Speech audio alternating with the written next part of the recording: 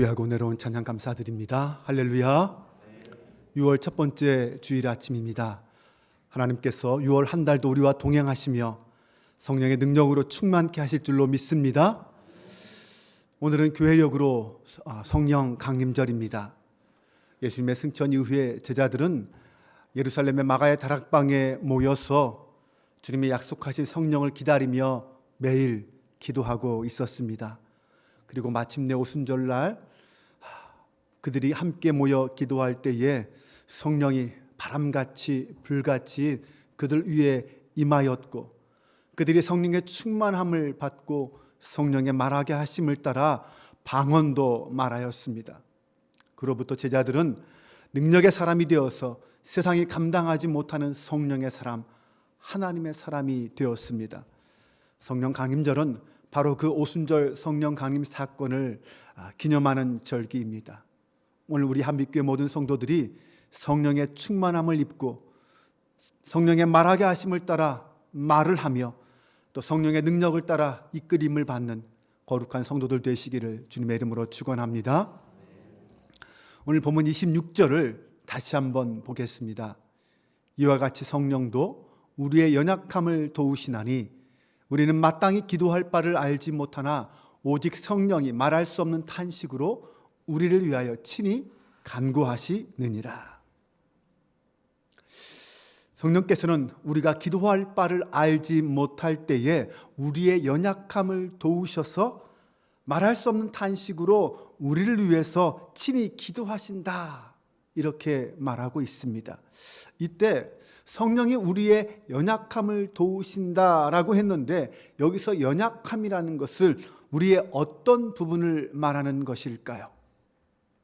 우리의 연약함과 성령의 탄식 사이에는 어떤 관계가 있는 것일까요?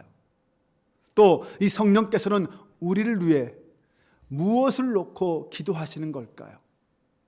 우리를 돕자고 하실 때에 우리가 어떻게 되기를 원하셔서 우리를 돕는 것일까요? 이것들이 바로 오늘 성령 강림절을 맞이해서 우리가 함께 생각해 볼 수 있는 주제들입니다. 오늘 말씀을 통하여 우리는 성령님께서 어떤 분인지, 성령님께서 우리에게, 하나님께서 우리에게 성령을 보내신 목적이 무엇인지, 또한 우리가 성령의 인도를 받는다는 것이 왜 중요한 건지, 거기에 대해서 함께 살펴보겠습니다. 그런데 오늘 본문 전체를 살펴보면 단식하는 것은 성령만이 아니라는 것을 알 수 있습니다. 22절에 보면 피조물이 다 이제까지 함께 탄식하며 함께 고통을 겪고 있는 것을 우리가 안다라고 했습니다. 이 땅의 피조물들이 탄식하고 있습니다. 또한 23절을 보면 그뿐 아니라 또한 우리 곧 성령의 처음 익은 열매를 받은 우리까지도 속으로 탄식하여 양자될 것 곧 우리 몸의 속량을 기다리느니라. 우리 즉 사람들도 탄식하고 있습니다. 이렇게 볼 때 본문에서 탄식하는 부류는 모두 세 부류입니다. 피조물이 탄식하고 있고, 그리고 사람들도 탄식하고 있고, 성령님도 탄식하고 있습니다. 그렇다면 우리가 이 성령의 탄식에 대해서 알아보기 전에 먼저 우리는 피조물과 우리가 무엇을 의미하는지, 누구를 의미하는지, 그리고 왜 탄식하고 있는지에 대해서 알아보아야 합니다.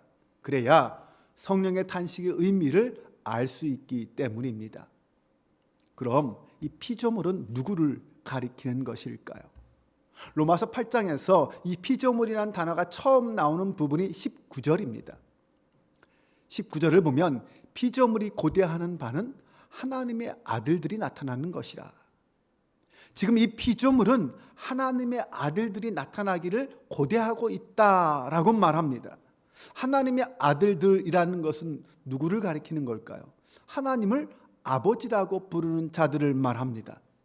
그들은 곧 17절에서는 하나님의 자녀들, 하나님의 상속자들이라고 하는 사람들입니다.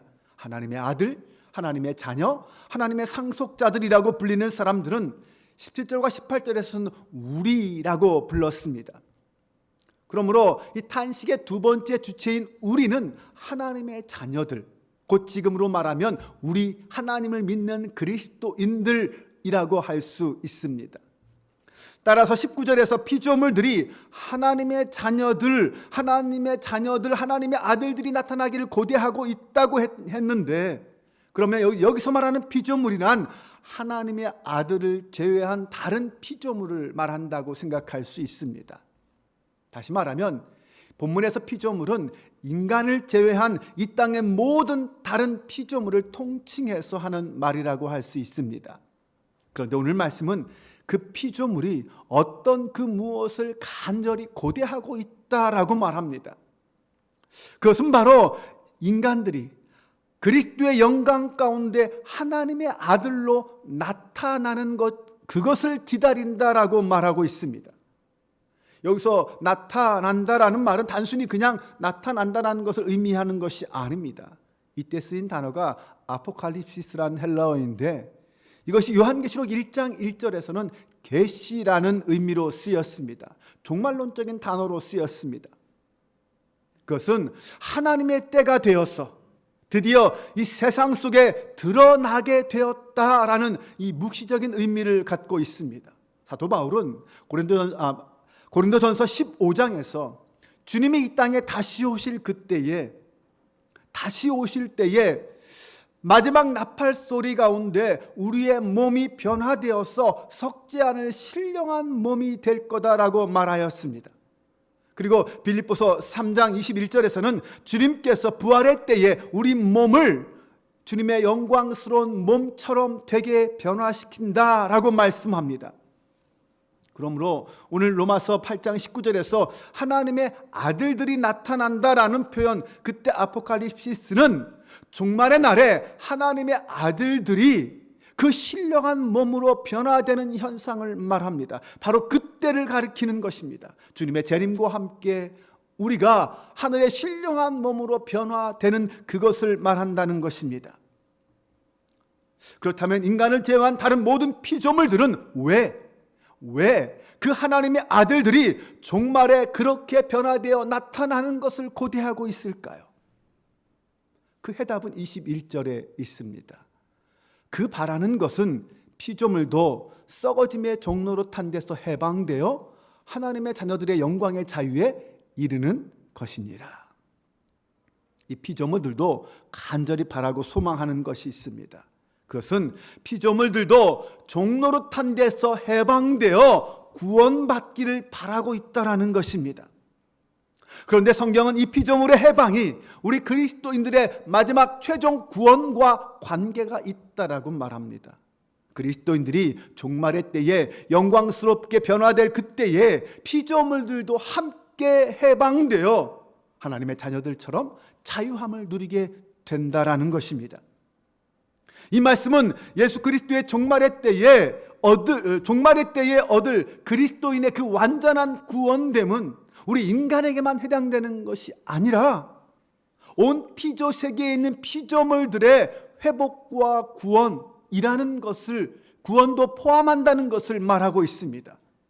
즉, 이 로마서에서 말씀하는 구원은 인간을 넘어서서 모든 자연 만물도 함께 회복되는 것을 말하는 우주적 구원을 이야기하고 있습니다. 이것은 오늘 사는 우리가 반드시 기억하고 새겨야 할 새로운 말씀입니다.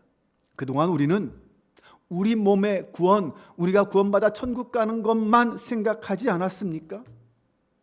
물론 자연보호라는 것을 이야기했지만 그것은 단지 우리가 하나님이 이 자연세계를 주셨으니까 지키고 보존해야 한다. 우리가 이 지구상에서 살아남으려면 그래도 우리 후손들에게 이 지구를 물려주려면 환경을 보호하고 자연을 지켜야 한다라는 정도만 생각하지 않았습니까? 그런데 지금 이 성경에서는 우리 하나님은 온 세계를 바로 잡으시고 이 창조 세계를 다 회복시키고자 하시는 원대한 계획을 갖고 계시다라고 말씀합니다.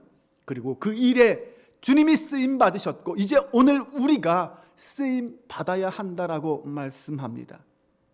하나님은 우리 그리스도인들을 통하여 이 일을 행하시고 이루시겠다라고 말씀하신 것입니다. 사실 모든 문제의 근원을 파고 들어가면 그 모든 피조물의 고통은 우리 인간의 죄 때문이었습니다. 창세기 3장을 보면 처음 사람 아담과 하와가 하나님의 말씀을 어기고 뱀의 유혹에 빠져 선악과를 따먹어서 죄가 인간 세상에 들어왔습니다. 그로 인해 하나님은 죄를 범한 인간과 뱀에게 벌을 내리실 뿐만 아니라 그가 사는 땅도 저주를 받게 하셨습니다. 창세기 3장 17절 18절에 보면 아담에게 이르시되 내가 내 아내의 말을 듣고 내가 내게 먹지 말라 한 나무의 열매를 먹었은즉 땅은 너로 말미암아 저주를 받고 너는 내 평생에 수고하여야 그 소산을 먹으리라. 땅이 내게 가시덤불과 엉겅퀴를 낼 것이라. 이 말씀을 보면 인간의 범죄는 인간뿐만 아니라 다른 이 땅의 모든 피조물에게도 악한 영향을 끼쳤습니다. 즉 모든 피조물들이 그 고통에서 해방될 수 있는 길은 하나님 앞에 범죄했던 그 인간들이 다시 하나님 앞에 회개하고 하나님의 자녀로 다시 돌아오는 것밖에 없다라는 것입니다. 그때가 되면 피조물들도 그 저주에서 풀려 그 썩어짐에서 종로를 차지 않고 해방되어 그 하나님의 영광의 자리에 함께 동참할 수 있게 된다는 것입니다. 그러므로 이 피조물들도 그들에게 간절한 소망이 있다면 그것은 빨리 하나님을 떠났던 그 인간들이 다시 하나님의 은혜와 긍휼을 입고 하나님의 상속자가 되어서 그 하나님의 영광의 날이 왔을 때에 그 하나님의 자녀의 자리에 앉고 하나님의 영광을 받아 누리게 되는 그날이 속히 오기를 소망하고 있다는 것입니다. 그래서 피조물들은 우리들의 구원을 고대하고 있는 것입니다. 이렇게 피조물들은 하나님의 아들들이 나타날 때를 기다리고 있습니다. 그로 인해 기다리며 탄식하고 있습니다. 언제나 올까 탄식하고 있습니다. 그런데 그뿐 아니라 23절에 보면 우리도 탄식하고 있다고 말합니다. 그뿐 아니라 또한 우리 곧 성령의 처음 익은 열매를 받은 우리까지도 속으로 탄식하여 양자될 것 곧 우리 몸의 속량을 기다리느니라. 우리도 탄식하고 있습니다. 그런데 우리가 그렇게 탄식하며 고대하는 이유가 있습니다. 무언가를 기다리며 고대하는데 그것이 무엇입니까? 우리 몸의 속량이라고 말합니다. 그것은 바로 앞에서 말씀드린 종말의 때에 우리의 변화될 몸, 영광스러운 부활에 참여한 것을 가리키는 말씀이라고 할 수 있습니다. 여기에서 이 우리는 누구를 말하는 것입니까? 하나님의 아들들이라고 했습니다. 로마서 8장에서는 하나님의 아들들, 하나님의 상속자들, 하나님의 자녀들이라고 표현했습니다. 하나님을 향하여 아빠, 아버지라고 부를 수 있는 사람들입니다. 그러므로 우리가 하나님의 자녀가 된다는 것은 너무나도 중요한 일입니다. 하나님의 자녀로 인정되어야만, 마지막 주님 앞에서 설 때에 하나님의 자녀로 인정되어야만 우리는 하나님 나라를 상속받을 수 있습니다. 하나님의 자녀만이 그 부활과 영광의 자리에 참여할 수 있습니다. 그러기에 그 마지막 종말의 때에 하나님의 자녀로 인정받는다는 것은 너무나도 중요한 일입니다. 그럼 우리가 하나님의 자녀, 구원받은 하나님의 자녀라는 것은 어떻게 알 수 있습니까? 내가 스스로 혼자 나는 하나님의 자녀야 라고 외친다고 해서 하나님의 자녀가 되는 것입니까? 누군가 객관적인 누군가의 판단과 결정에 의해서 그것이 증명되어야 하는 것 아닙니까? 바로 그 일을 하시는 분이 성령님이십니다. 성령께서는 우리가 하나님의 자녀라는 것을 보증해 주신다고 했습니다. 오늘 본문 15절과 16절은 성령을 받은 자들만이 하나님을 아버지라고 부를 수 있다고 말씀합니다. 너희는 다시 무서워하는 종의 영을 받지 아니하고 양자의 영을 받았으므로 우리가 아빠 아버지라고 부르짖느니라. 성령이 친히 우리의 영과 더불어 우리가 하나님의 자녀인 것을 증언하시나니. 네, 성령께서 우리가 하나님의 자녀임을 증언해 주십니다. 그래서 23절은 우리로 하여금 성령의 처음 익은 열매라고 불렀습니다. 그 처음 익은 열매를 받은 자가 우리들입니다. 우리가 하나님의 자녀가 되어서 하나님을 아버지라고 부를 수 있게 된 것은 오직 성령께서 우리 안에서 역사해 주셨기 때문이라는 것입니다. 23절에 보면 그뿐 아니라 또한 우리 곧 성령의 처음 익은 열매로 받은 우리까지도 속으로 탄식하며 양자 될 것 곧 우리 몸의 속량을 기다린다. 우리의 소망은 우리가 하나님의 양자가 되어서 곧 하나님의 자녀가 되어서 구원받는 것입니다. 우리는 그것을 기다리며 그 날을 기다리며 소망하고 탄식하고 있습니다. 그런데 왜 탄식하며 기다릴까요? 우리는 왜 탄식하며 기다릴까요? 그것은 문제가 있기 때문입니다. 그 문제는 무엇일까요? 그것은 바로 우리의 연약함입니다. 우리의 몸과 마음은 연약해서 하나님의 자녀로서 성령의 열매를 받았는데 그것을 마지막 종말의 때까지 지키고 유지하는 것이 힘들다는 것입니다. 우리는 그만큼 연약합니다. 성령을 받아 거듭난 성도라 할지라도 현재 이 고통스러운 상황에서 즉시 구원받아 하나님 나라 가는 것이 아니기 때문입니다. 아직 우리는 성령의 처음 익은 열매를 받은 자일 뿐입니다. 처음 익은 열매라는 것은 어떤 뜻일까요? 처음 익은 열매의 역할은 무엇입니까?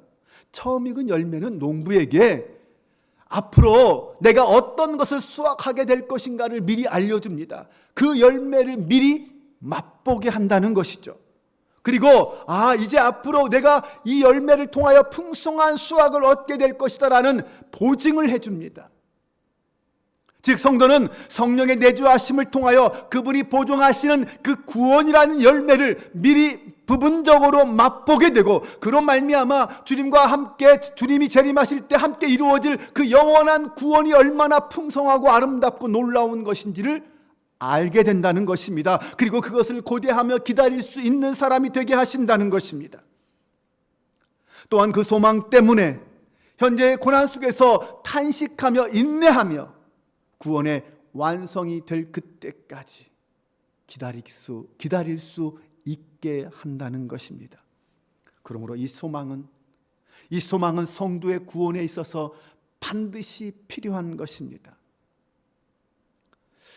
성도가 얻은 구원은 두 과정을 거친다고 할 수 있습니다. 첫 번째 단계는 우리가 그리스도께로 믿음으로 나아오는 것입니다. 그래서 성령의 처음 익은 열매를 받는 것입니다.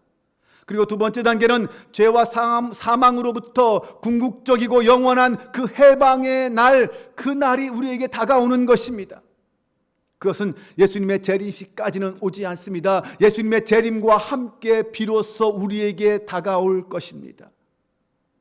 따라서 현재를 살아가는 우리는, 지금 이 시대를 살아가는 우리는 소망이라는 것을 붙잡을 수밖에 없습니다. 그러므로 이 소망은 선택사항이 아닙니다.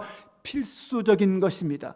아직 오지 않은 그날, 다가오고 있는 그날을 소망하며 고대하며 사는 것이 오늘을 사는 성도들의 필연적인 삶의 모습입니다.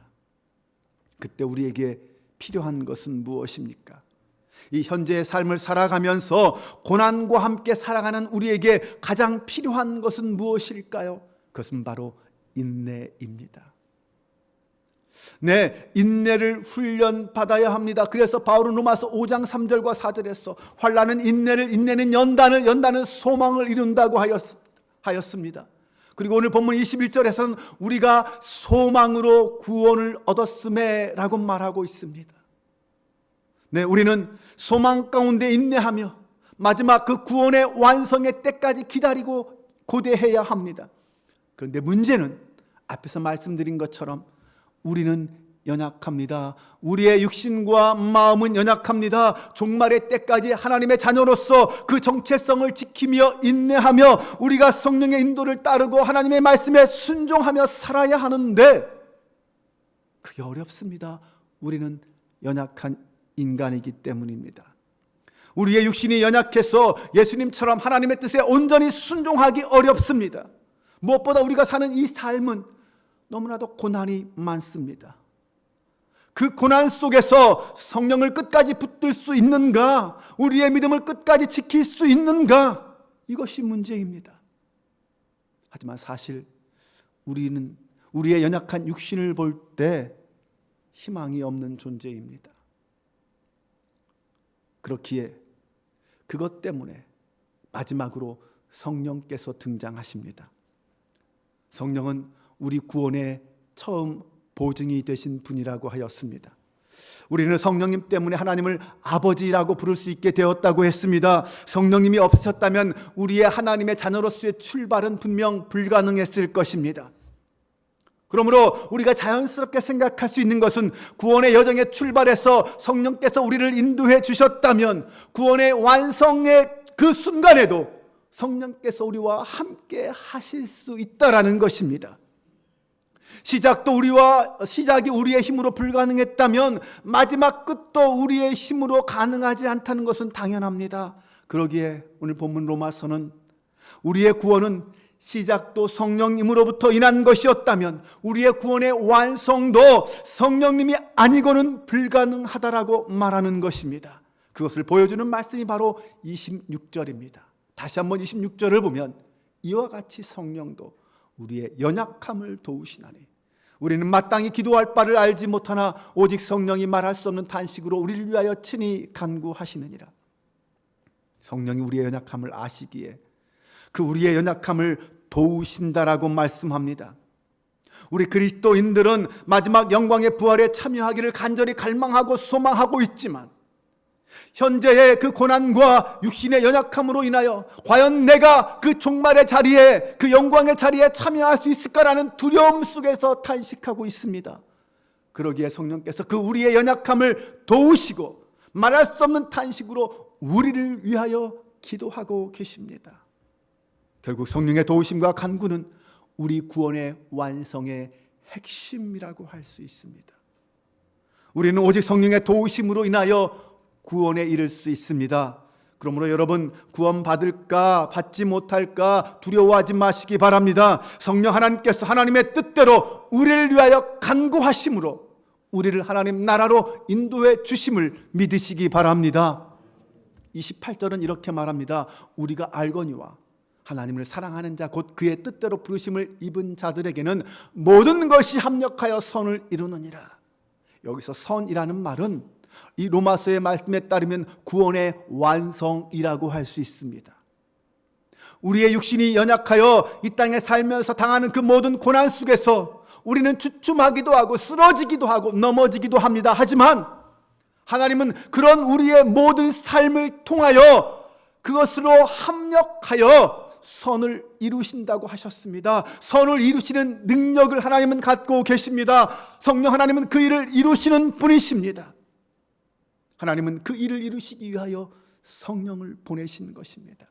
합력하여 선을 이루시기 위해서, 합력하여 우리의 구원을 완성하시기 위해서 성령을 우리에게 보내주신 것입니다. 그러므로 성령은 그 일의 보증이실 뿐만 아니라 그 일을 이루시는 능력이시기도 합니다. 하나님의 자녀가 누릴 이 영광과 축복을 아는 사람, 그 사람이 바로 그리스도인입니다. 그 영광의 날을 소망하며 이 땅의 고난을 인내하며 사는 사람이 바로 그리스도인입니다. 로마 시대에 예수님을 믿다가 잡히면 당하는 그들의 고난에 대해서 들어보셨습니까? 이지성 작가의 사람아 내게 죽기까지 충성하여라 라는 책에 보면 당시 초대교회 성도들이 당하는 고난, 핍박에 대해서 이렇게 말하고 있습니다. 그들은 붙잡히면 처음에 매를 맞았습니다. 그 매는 보통이 아니었습니다. 영화 패션 오브 크라이스트에 나서 크라이스트에 보면 주님의 살점을 뜯어냈던 바로 그 채찍이었습니다. 그 채찍으로 뼈와 장기가 드러날 때까지 맞아야 했습니다. 이 광경이 얼마나 끔찍하고 잔인했던지 때리는 사람들조차도 몸서림치며 채찍을 휘둘렀다고 합니다. 그 다음에는 닿기만 해도 살갗이 찢어지는 면도날 같은 조개 껍질이 빽빽하게 둘러싸여 있는 방이나 창날이 빽빽하게 꽂혀 있는 방으로 인도되었습니다. 그 방에서 그들은 온몸이 피투성이가 될 때까지 굴러야 했습니다. 그런데 그것이 끝이 아니었습니다. 역사는 거기에 덧붙여서 이렇게 쓰고 있습니다. 여기까지의 고통은 단지 시작에 불과한 것이었다. 진정한 고통은 그 다음이었다. 고통받다가 만신창이가 되면 로마 군인들은 그리스도인들을 끌어다가 사자 밥으로 던져 주었습니다. 그런데 역사는 거기서 끝내지 않습니다. 또 이렇게 쓰고 있습니다. 사자 밥이 되기만을 기다리고 있는 그리스도인들의 감방 옆에는 황금으로 만든 거대한 마차가 서 있었다. 그리스도인들은 더 이상 예수 믿지 않겠다라고 한마디만 하면 황금 마차의 주인이 되어 콜로세움을 떠날 수 있었다. 그 기간 동안 수백 명에 이르는 그리스도인들이 콜로세움에 잡혀왔다. 그러나 황금 마차를 타고 떠난 그리스도인은 단 한 명도 없었다. 어떻게 그 초대 그리스도인들은 이런 믿음으로 끝까지 인내하며 순교할 수 있었을까요? 그들은 부활의 영광이 무엇인지 알았습니다. 그들은 소망 가운데 성령의 능력을 온전히 의지하였습니다. 그 의지와 순종은 성령이 아니면 불가능한 일이었습니다. 성령의 능력이 아니면 설명할 수 없는 역사들이었습니다.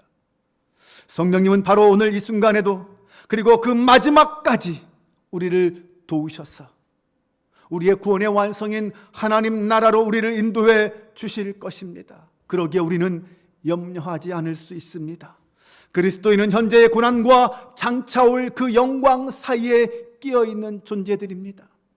지금 이 고난에 실망하지 말고 장차올 영광을 고대하며 힘을 내는 삶이 그리스도인의 삶입니다. 오늘 그것을 이루시는 그 성령의 인도하심이 저와 여러분의 삶 가운데 날마다 역사할 수 있기를 주님의 이름으로 축원합니다. 기도하겠습니다.